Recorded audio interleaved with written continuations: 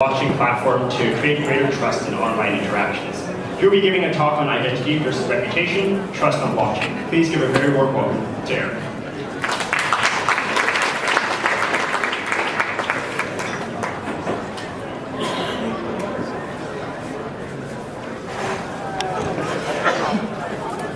Good evening. It's great to see so many members of our community here in the audience. So today I want to talk about a topic that should be relevant for all of us. Identity, reputation, and trust.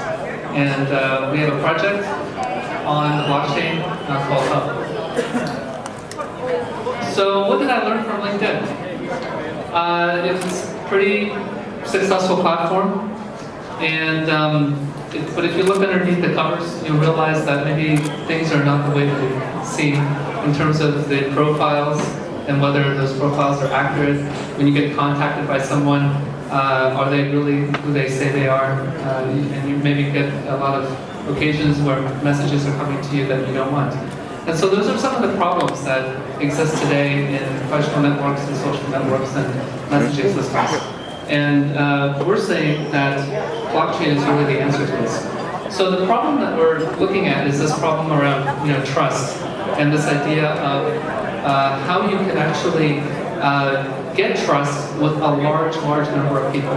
So there's this pretty interesting idea called the Dunbar number, which says that back in the old days, before technology, you really only could have really great relationships with people of about 150 people or so. And what the internet has really done is made it possible to come into contact with many more people. But as you meet more and more people, the degree of trust actually goes down because it's very hard to build trustworthy relationships with all of these people that you could possibly come into contact with. So whether you see them in forums or feeds, those kinds of things, how do you know that they're trustworthy? And so I want to touch on this idea of identity, which is actually a really big topic around blockchain, and especially these days there's a concept called self-sovereign identity, which is the result of decades of work by some very smart people. And the whole idea behind self-sovereign identity is that you own your identity, you can make it portable, and you can disclose what you want to disclose into the communities and the services and applications, the kinds of things that you're interested to disclose to get what you need to get done. And self-sovereign identity is going to become, in a few years, this public utility. It's going to be something that we all depend on. But I really believe that there's another thing called trust, and specifically trust at a distance, is really going to change the way that we create economic value on the internet.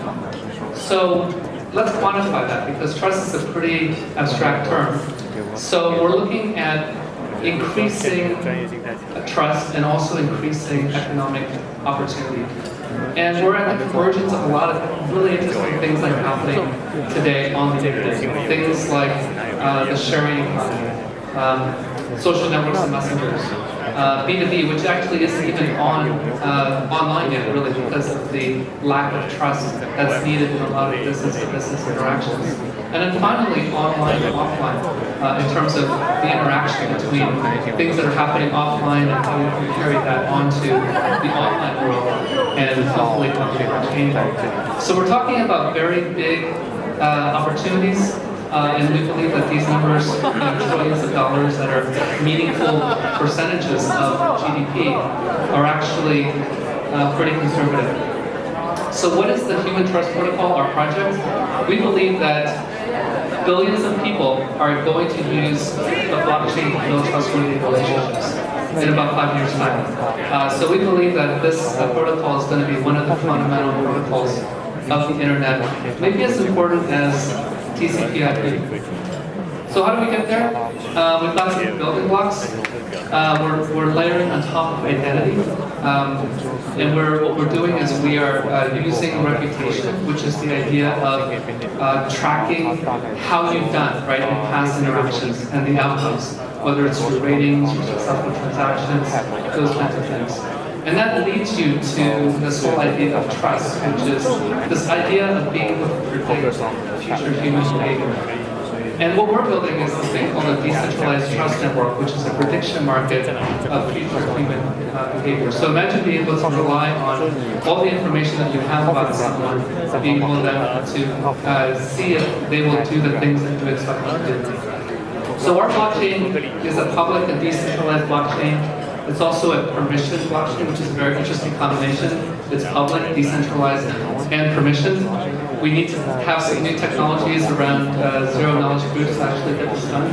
And we do have a token, which is used to incentivize people to act in trustworthy ways, in this idea around stake, which is basically a bond that allows people to put something at risk when they interact with somebody, and when things go well, they get rewarded, and when things don't go well, they might be losing those kinds of tokens. So this is a very quick roadmap of where we are. We're really interested to make progress, and I just want to point out a couple things that we're going to be making available besides the protocol.